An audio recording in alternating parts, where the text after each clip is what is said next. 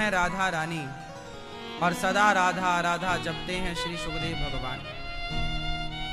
सदा भगवत चिंतन करते हैं श्री सुखदेव।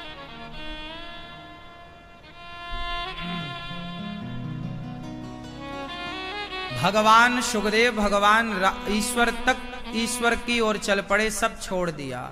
आपको छोड़ने की जरूरत नहीं है, परिवार में रहकर सत्य के राह पर चल पड़ो, भगवान तक पहुंच जाओगे। सुखदेव भगवान थे, वेद व्यास जी के पुत्र का नाम सुखदेव जी है। उन्होंने जन्म लिया और जन्म लेते ही सन्यास की ओर चल पड़े। पिता ने रोका। कुछ देवांगनाएं निर्वस्त्र होकर स्नान कर रही थी। वेद व्यास जी गए, उन्हें लज्जा नहीं आई। सुखदेव भगवान को देखकर उन्होंने वस्त्र धारण कर लिए। व्यास जी ने कहा, मेरा जवान बेटा गया, तुम्हें शर्म नहीं आई और मुझे देखकर लज्जित होती हो? कन्याओं ने कहा, महाराज आपके बेटे को तो ये पता ही नहीं कि काम क्या चीज है, स्त्री क्या है, पुरुष क्या है, अंतर क्या है।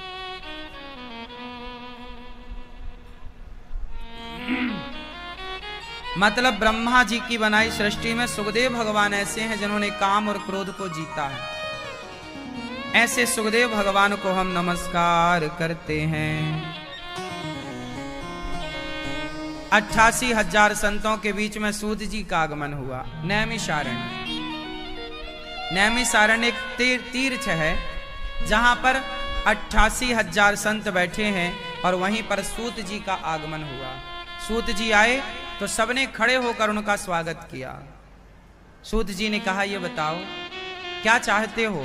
बोले, महाराज हमें कृष्ण प्राप्ति करम शाश्वत साधनम तद्वदाधुना, ऐसी कथा सुनाइए जिससे कृष्ण की प्राप्ति हो जाए।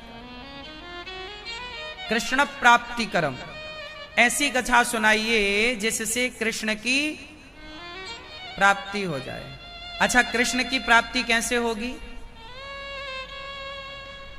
भागवत की कथा सुनाई सूत जी ने शौनक आदि ऋषियों को। क्यों सुनाई? क्योंकि प्रश्न था कि कृष्ण को प्राप्त करने के लिए कुछ सुनाओ। तो भागवत सुनने से ही कृष्ण की प्राप्ति होती है, ये मानिए आप। बिना भागवत सुने कृष्ण की प्राप्ति नहीं हो सकती। इसलिए भागवत, भगवतः आगतम भागवतम, जो भगवान से प्राप्त हो वो भागवत है। जैसे भगवद गीता किसकी वाणी है? बोलो, भगवद गीता किसकी वाणी है? भगवान श्री कृष्ण की। भगवद गीता किसकी वाणी है? भगवद गीता में जो लिखा है वो भगवान का वचन है। भगवद गीता में जो लिखा है वो भगवान का वचन है। उसी तरह भागवत में जो लिखा है वो भगवान श्रीमन नारायण का वचन है। भगवान से भागवत प्रकट हुई, भगवतः आगतम, जो भगवान से प्रकट हो वो भागवत है। अच्छा, भगवद गीता और भागवत दोनों एक हैं कि अलग अलग हैं? हाँ, दो जोर से, हाँ, अलग अलग है। भगवद गीता कुरुक्षेत्र में सुनाई गई अर्जुन को। भगवद गीता कुरुक्षेत्र में सुनाई गई भगवान कृष्ण के द्वारा अर्जुन को, और भागवत सुनाई गई बैकुंठ में भगवान नारायण के द्वारा ब्रह्मा जी को। सबसे पहले भगवान श्रीमन नारायण ने भागवत सुनवाई ब्रह्मा जी को। फिर ब्रह्मा जी ने सुनाई भागवत अपने पुत्र नारद जी को। फिर नारद जी ने सुनाई भागवत श्री वेद व्यास जी को। फिर वेद व्यास जी ने सुनाई भागवत सुखदेव भगवान को, और सुखदेव भगवान ने राजा परीक्षित जी को सबसे पहले भागवत सुनवाई। इस तरह भागवत जी भगवान नारायण से ब्रह्मा, ब्रह्मा से नारद जी, नारद जी से व्यास जी, व्यास जी से धीरे धीरे भागवत जी प्रकट हुई। तो भागवत भगवान की वाणी है। भागवत भी भगवान की वाणी है। जैसे हमारे सिख भाई लोग गुरुवाणी की पूजा करते हैं। गुरु ग्रंथ साहब गुरुवाणी है तो ना, वो गुरु ग्रंथ साहब क्या है? गुरुदेव की वाणी है ना। जो गुरु जी ने कहा वो वाणी उसमें लिखी है। जैसे गुरु ग्रंथ साहब गुरु की वाणी है, ऐसे भागवत भगवान की वाणी है। इसलिए भागवत की पूजा होती है, क्योंकि भागवत प्रत्यक्ष भगवान है, भगवान की वाणी। जैसे सिख भाई गुरु ग्रंथ साहब को ही अपना सर्वस्व मानते, ग्रंथ की पूजा करते हैं वो लोग, है ना। हमारे सिख भाई किसकी पूजा करते हैं? ग्रंथ, गुरु ग्रंथ साहिब। जहां भी उनका दरबार होगा वहां पर ग्रंथ साहब जरूर होंगे, ग्रंथ की ही पूजा होती है। ऐसे हमारे यहां जो यहां वाली मैया बताओ, राजा परीक्षित जी को 7 दिन में मरने का श्राप श्रृंगी ऋषि ने दिया था। किसने दिया था? क्यों दिया था? क्योंकि राजा परीक्षित जी ने श्रृंगी ऋषि के पिता का अपमान कर दिया था। उनके पिता समाधि लगाए बैठे थे, राजा परीक्षित जी को प्यास लगी तो ये संत की कुटिया पर गए, पानी मांगा, पर संत तो समाधि में थे, वो पानी कैसे दें। तो परीक्षित जी को लगा मेरा अपमान कर रहा है ये बाबा, पानी नहीं दे रहा है, मुझे देख के आंखें बंद कर ली। तो उन्होंने मरा हुआ सांप समय, ऐसा व्यक्ति भागवत सुनने का अधिकारी होता है। भागवत सुनने के अधिकारी सब कहां हैं? बहुत लोग कथा सुनते हैं, पर कथा सुनने का अधिकारी कौन होता है? जिसके अंदर भय ना हो। अच्छा, भय है तो आपका भय क्या बता रहा है? यदि आप भयभीत हो मृत्यु से, इसका मतलब आपको भगवान पर भरोसा नहीं। आपका भय क्यों है? क्योंकि भरोसा नहीं है। भरोसा होगा तो भय नहीं होगा। और भागवत सुनने का अधिकारी कौन है? जिसे भगवान पर भरोसा हो जाए। जब भरोसा हो जाएगा तो भय अपने आप समाप्त हो जाएगा। इसलिए भागवत वही तो सुन सकता है जिसे भरोसा है। अच्छा, बिना भरोसे वाला व्यक्ति भागवत सुन ले तो उसे उस लाभ ही नहीं होगा। इसलिए भागवत वही सुने जिसे भगवान पर पूरा पूरा भरोसा है, बिना भरोसे के नहीं। राजा परीक्षित जी को इतना भरोसा था, उन्होंने कहा मुझे स्वर्ग का अमृत नहीं चाहिए, मैं तो भागवतामृत का पान करूंगा, क्योंकि स्वर्ग का अमृत पी लेने से स्वर्ग मिलता है। पर कोई भागवत सुन ले तो उसे बैकुंठ की प्राप्ति होती है, भगवान की प्राप्ति होती है। वैकुंठप योगी दुर्लभम, जो योगियों को दुर्लभ है से परम धाम की प्राप्ति। सुखदेव भगवान कहते हैं क्वा सुधा क्वा कथा, क्वा सुधा क्वा कथा लोके क्वा कांचा क्वा मणिर महान। कहां कांच का टुकड़ा? स्वर्ग के अमृत को कांच का टुकड़ा बताया और भागवत को मणि बताई। ऐसे राजा परीक्षित जी जिन्होंने स्वर्ग के अमृत को नकार दिया, भागवत को स्वीकार किया, क्योंकि भागवत ही वह अमृत है जिस अमृत को पी लेने के बाद भगवान की प्राप्ति होती है। इसलिए संसार के हर अमृत से ये अमृत श्रेष्ठ है। इसलिए गोपियों ने कहा तब कथा अमृतम तप्त जीवनम। कथा को अमृत कहा गोपियों ने। कैसे मरे हम? कथा रूपी अमृत जो पी रखा है। और बात सही भी है, भागवत सच्ची अमृत है। कैसे? हजारों लोगों को मैं जानता हूं, ऐसे लोगों को जो बिल्कुल आत्महत्या करने वाले थे, जो डिप्रेशन में थे, परेशान हो चुके थे जिंदगी से, मरना चाहते थे, पर जब उन्होंने भागवत सुनी तो उन्होंने मरने का प्लान छोड़ दिया और जीने लग गए। तो भागवतामृत सुन के तो वो अमर हो गए। जितने दिन अब जिएंगे तो वो अमरता उन्हें भागवत नहीं तो प्रदान करी ना भाई, वो तो मरना चाहते थे। आप लोग भागवत नहीं सुनोगे तो आपके जीवन में चिंताएं, डिप्रेशन इतना आएगा कि आप आत्महत्या करने का सोचने लग जाएंगे। जो सत्संगी होता है वो हर हाल में प्रसन्न होता है। सत्संग क्यों करना चाहिए? सत्संग ही ऐसी औषधि है जो हर हाल में आपको पॉजिटिव रख सकती है, प्रसन्न रख सकता है सत्संग। आप सत्संग नहीं सुनेंगे तो संसार की इतनी ज्यादा परेशानियां होती हैं, पत्नी, परिवार, पैसा, संसार का इतना दबाव, संसार की इतनी चिड़चिड़, इतना क्या नहीं है संसार में। इन सब के बीच में रहते रहते कई बार तो मन करता है यार मर जाए।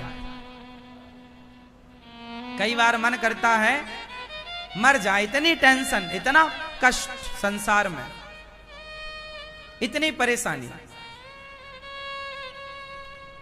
बेटा वहां जा रहा है, पति वहां जा रहा है, पत्नी सुन नहीं रही है, सास ऐसी है, बहू वैसी है, कोई अनुकूल नहीं है, तालमेल बैठ ही नहीं रहा, सब अपने मनमाना चल रहा है। ऐसा कई बार लगता है मर जाए। 100 में से 80 माताएं कहती हैं हम तो मर ही जाते महाराज, ये बच्चों के लिए जिंदा है। क्यों? संसार के थपेड़े जब पड़ते हैं ना तो सही ऐसा लगता है कि मर जाए। लेकिन जैसे डूबते को तिनके का सहारा चाहिए, ऐसे ही जो आज संसार की टेंशन, डिप्रेशन, परेशानियों में व्यक्ति उलझा हुआ है, यदि उसे सत्संग मिल जाए तो जीने की नई किरण उसे दिखाई पड़ने लग जाती है। एक सहारा मिल जाता है कि अब भगवान के भरोसे रहेंगे। इसलिए भागवत सुना करो। भागवत सुनेंगे ना तो आप हर हाल में प्रसन्न रहेंगे। नहीं सुनेंगे ना तो सब कुछ होने पर भी आप रोते रहेंगे। और भागवत सुन लेने के बाद कुछ ना होने पर भी, सुदामा के पास क्या था बताओ, क्या था? पूछ रहे हैं आपसे, जोर से, जोर से। मैया, पीली मैया, सुदामा जी के पास क्या था? आपसे पूछ रहे हैं। हाँ हाँ हाँ हाँ, आपसे, यहाँ बहुरिया तुमसे पूछ रहे हैं, बताओ सुदामा के पास क्या था? हाँ, सब्जी। अच्छा हमें लगा सब्जी कह रही है मैया।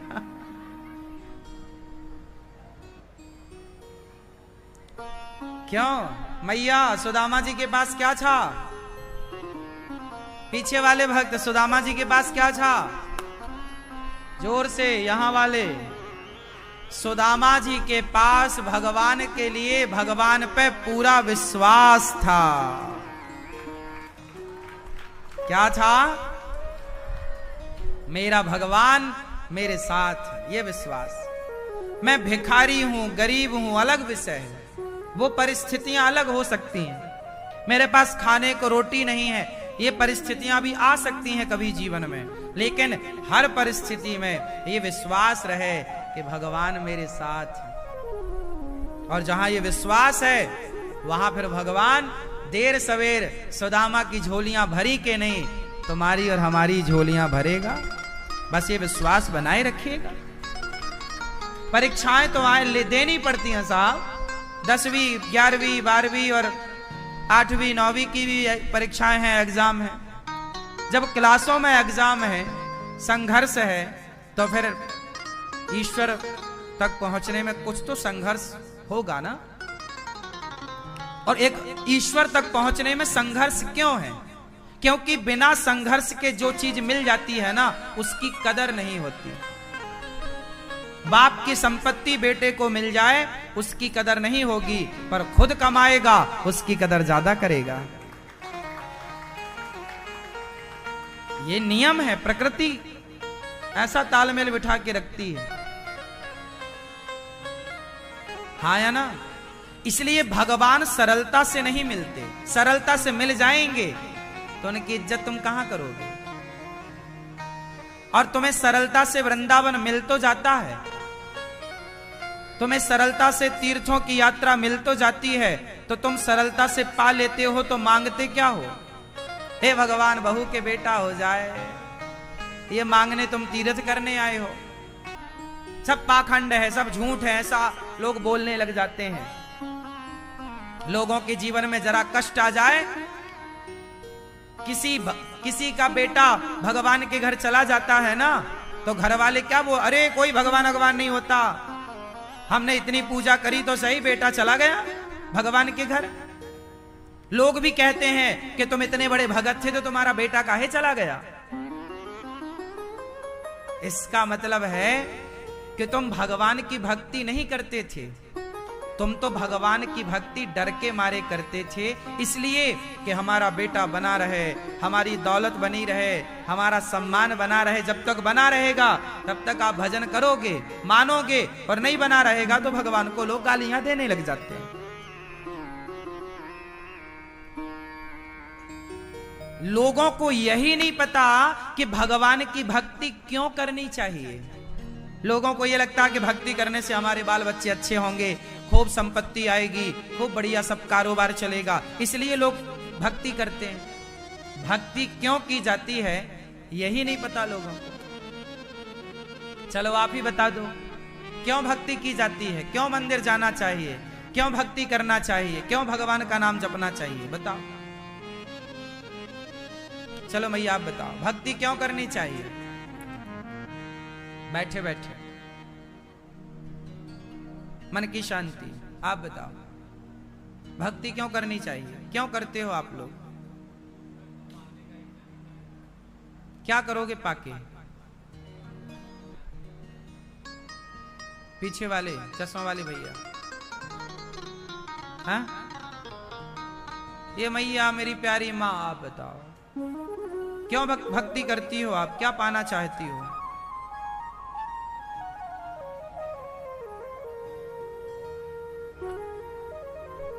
ये सोने वाले भैया, राम राम, हो गई नींद पूरी? चलो बताओ भक्ति क्यों करनी चाहिए? बताओ। सुदामा ने भक्ति काय को करी? क्या चाहते थे? मन की शांति? क्या चाहते थे? क्यों भक्ति क्यों करनी चाहिए?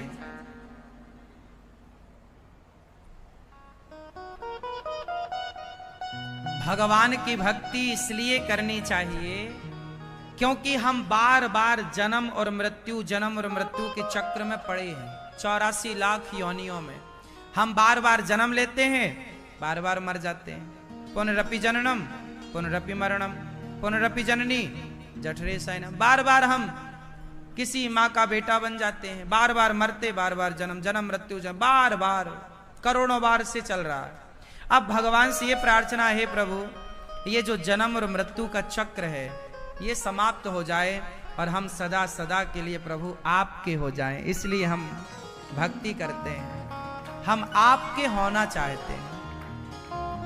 अब हम संसार के लोगों का होना नहीं चाहते, हम जगत का नहीं होना चाहते, हम जगन्नाथ के होना चाहते हैं। प्रभु अब हम आपका होना चाहते हैं। अब हम जगत से संबंध नहीं रखना चाहते, अब हम जगन्नाथ से संबंध रखना चाहते हैं। इसलिए हम भक्ति करते हैं।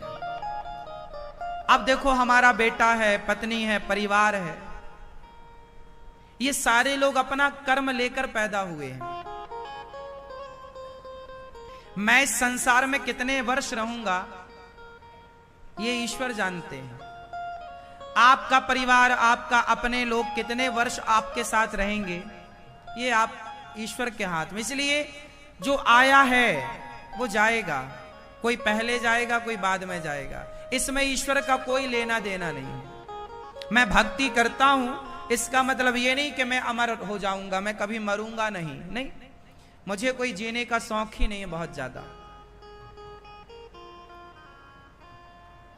हे प्रभु ये जीवन आपने दिया है, आपने तो दिया है सब, आप वापस लेना चाहो आप ले लो, मर्जी आपकी।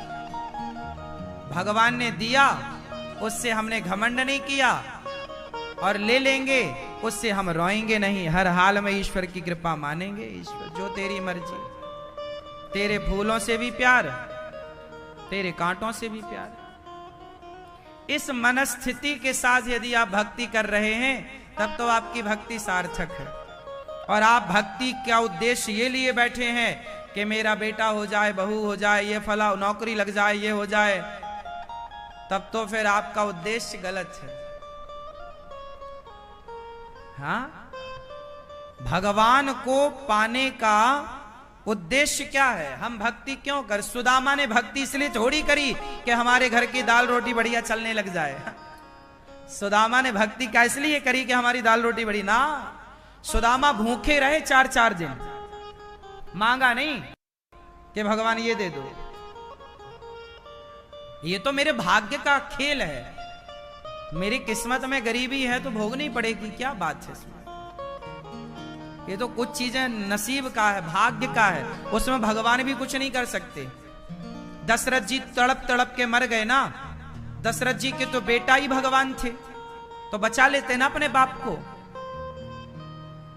फिर ये तो संसार कर्म भूमि है, यहां तो भगवान के पिता को भी भोगना पड़ता है कर्मों का दंड। यहां तो जगत जननी है सीता माता, जगत की मां है सीता, मैया है, जगत की पालनहार है सीता माता। वो भी नंगे पांव जंगल में लकड़ी काटने जाती हैं लवकुश को लेकर गोद में।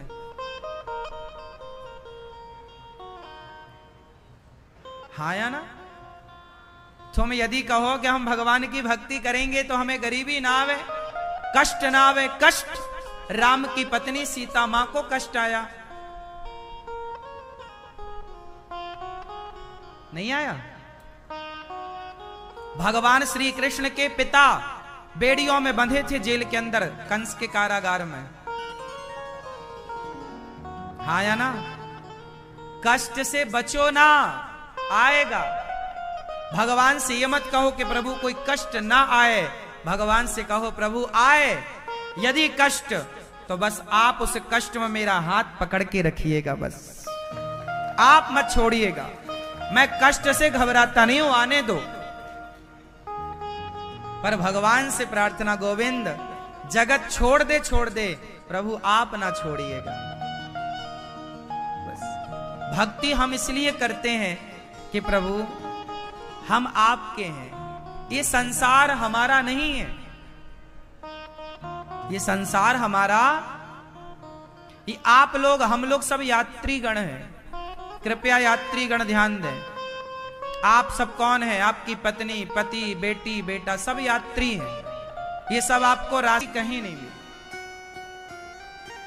सारी जगह गए नारद जी पर शांति।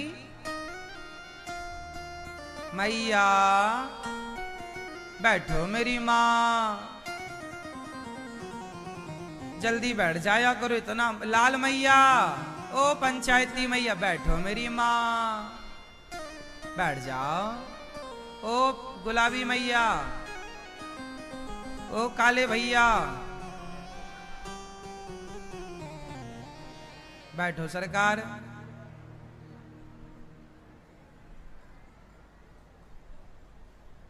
शांति से। नारद जी सारे तीर्थों में गए, शांति नहीं मिली। पुष्करम चा प्रयागम चा काशीम गोदावरीम तथा। पुष्कर, प्रयाग, काशी, गोदावरी, हर क्षेत्रम, कुरुक्षेत्रम, श्रीरंगम, सेतु बंधनम, सारे तीर्थों में ना पश्यम कुत्रमिच्छर्मा, कहीं शांति नहीं मिली। शांति नहीं है संसार में।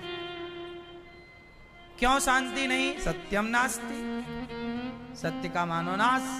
आजकल का आदमी सत्य से कोई मतलब नहीं, उससे पेट भरने में लगा हुआ, जैसे तैसे पेट भर जाए बस। नारद जी वृंदावन आए, यहां देखा कि एक कन्या उदास बैठी है, दो बूढ़े बगल में लेटे हैं। वो कन्या 16-17 वर्ष की थी और बुढ़े जो थे वो 70-80 साल के। नारद जी बोले यहां स्त्री बैठी हैं और बूढ़े लोग बैठे, हम क्या करें? तो वो नारद जी जाने लगे। तब वो कन्या दौड़ी और नारद जी के चरण पकड़ते कहा, भो भो साधु क्षणं तिष्ठ मच्चिन्तामपि नाशय दर्शनं तव लोकस्य सर्वथा गेहरं परम। भो भो साधु क्षणं तिष्ठ। हे महाराज एक क्षण के लिए रुक जाइए। नारद जी के चरण पकड़ के कन्या बोली तिष्ठ, रुकिए प्रभु। भो भो साधु क्षणम, एक क्षण के लिए तिष्ठ, रुक जाइए। क्या हुआ? हे प्रभु दर्शनम, आपके दर्शन से सारे पापों का नाश हो जाता है। एक देखो साधुओं के दर्शन से भी पापों का नाश होता है। भक्ति महारानी चरणों में गिर पड़ी नारद जी के। महाराज एक क्षण के लिए रुक जाइए। क्या हुआ? महाराज मैं बहुत दुखिया हूं। देखो भक्ति महारानी रो रही हैं। ये वो भक्ति आप कहते हो ना भगवान की भक्ति करो भक्ति करो, वो भक्ति रो रही हैं। भक्ति महारानी। नारद जी बोले आप कौन हैं? परिचय दे रही हैं वो। अहम भक्तिरिति ख्याता इमौ में तनयौ मतौ ज्ञान वैराग्य नामानौ काल योगेन जर्जरौ। महाराज मेरा नाम भक्ति है। अहम भक्ति ऋतिख्याता। ये मेरे बेटे हैं ज्ञान और वैराग्य। इमऊ में तनयऊ मतऊ, मेरे पुत्र दो ज्ञान और वैराग्य। नारद जी बोले आपकी स्थिति ये कैसे होगी? महाराज जब से कलयुग आया ना, मेरा बेटा देखो बूढ़ा हो गया। भक्ति के दो बेटे हैं। भक्ति महारानी के कितने बेटे हैं? कौन कौन?